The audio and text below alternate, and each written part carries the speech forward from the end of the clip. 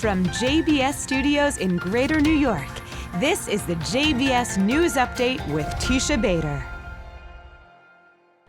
Hi, this is Micah Halpern sitting in for Tisha Bader, and here is the JBS News Update for Tuesday, June 28th, 2022. Ukraine is extremely unhappy with Israel, so much so that Kiev is considering suspending a visa-free agreement with Israel. They are peeved about Israel's policy on Ukrainian refugees. Ukrainian ambassador to Israel, Yevgen Kornichuk, told Israeli Russian language news, Ditali, that Israel is not playing fair. This is what he said. Russian citizens enter Israel without restrictions, Belarusian citizens as well, and Ukrainian citizens have invented electronic visas. Neither I nor my management can help but take it painfully. We are now considering whether to suspend the visa-free regime for Israel in response. It will be imperceptible now, but before Rosh Hashanah, the Israeli government will feel it. The ambassador was referring to the pilgrimage of religious Jews who flocked to Uman during the high holidays. All the way back in March, Ukrainian President Vladimir Zelensky's chief of staff, Andrei Yermak, made the same threat.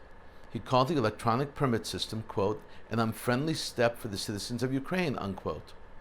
Kornichuk also expressed disappointment with Israel's stance on the Russian invasion, saying Ukraine, quote, expects any form of help from our partners, but do not sit on the shore waiting for someone to start winning, unquote.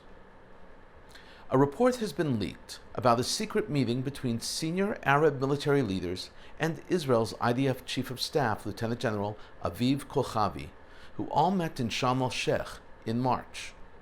It was convened to discuss countering regional threats posed by Iran. Details of the meeting, which was sponsored by the United States, were reported by the Wall Street Journal.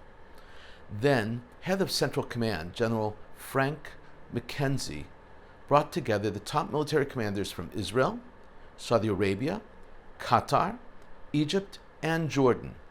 Included in the group was Saudi Arabia's Chief of Staff, General Fayyad bin Hamad al-Ruwali. Two important notes are that while the United Arab Emirates and Bahrain also sent officers to the meeting, they did not send their military chiefs. And the second point, Kuwait and Oman did not participate at all.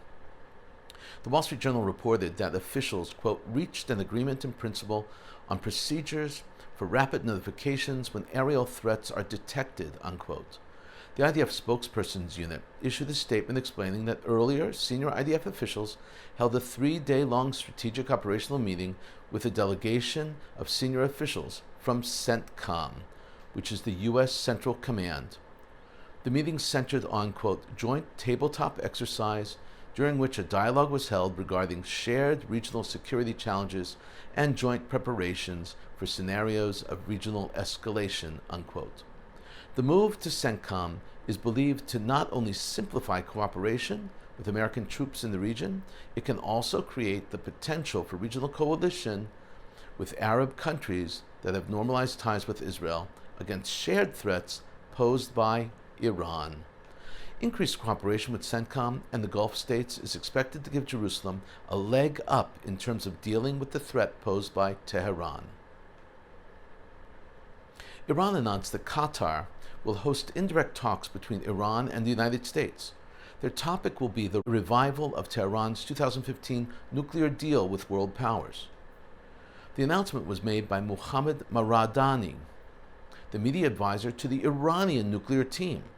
Speaking to the semi-official ISNA news agency, Maradani said, quote, Iran chose Qatar to host because it's our friend. This is a major step forward in negotiations over revitalizing the stalled talks around the nuke deal. It is also important to note that this move places Qatar in a pivotal role, not just in this one case, but as a serious player in the entire Middle East. And now a look at this evening's programs on JBS. At 7, Rabbi Ammiel Hirsch teaches a lesson about how the grandest human accomplishments are the results of the smallest daily decisions. At 7:30, Marcell Kenesei, director of the JCC In Budapest, discusses his personal story of Jewish leadership, the Jewish community's revival in Budapest, the positive impact of support for Ukrainian refugees, and more on this JBS special with Shahar Azani. At 8, learn about the history of the internet regulations, how social media platforms function today, how platform policies can fuel online discrimination, and what policymakers can do to curb it in a panel workshop from the ADL. At 9, Mark Golub sits down with CEO and chairman of Im Tirtzu to discuss fighting the BDS movement. At 10, Danny Danon discusses his new book, In the Lion's Den. At 10:30, an encore presentation of Shahar Azani sitting down with JCC Budapest director Marcell Kenesei. And coming up next, it's ILTV's Insider. This is Micah Halpern and the JBS News Update. I want to wish everyone a good evening.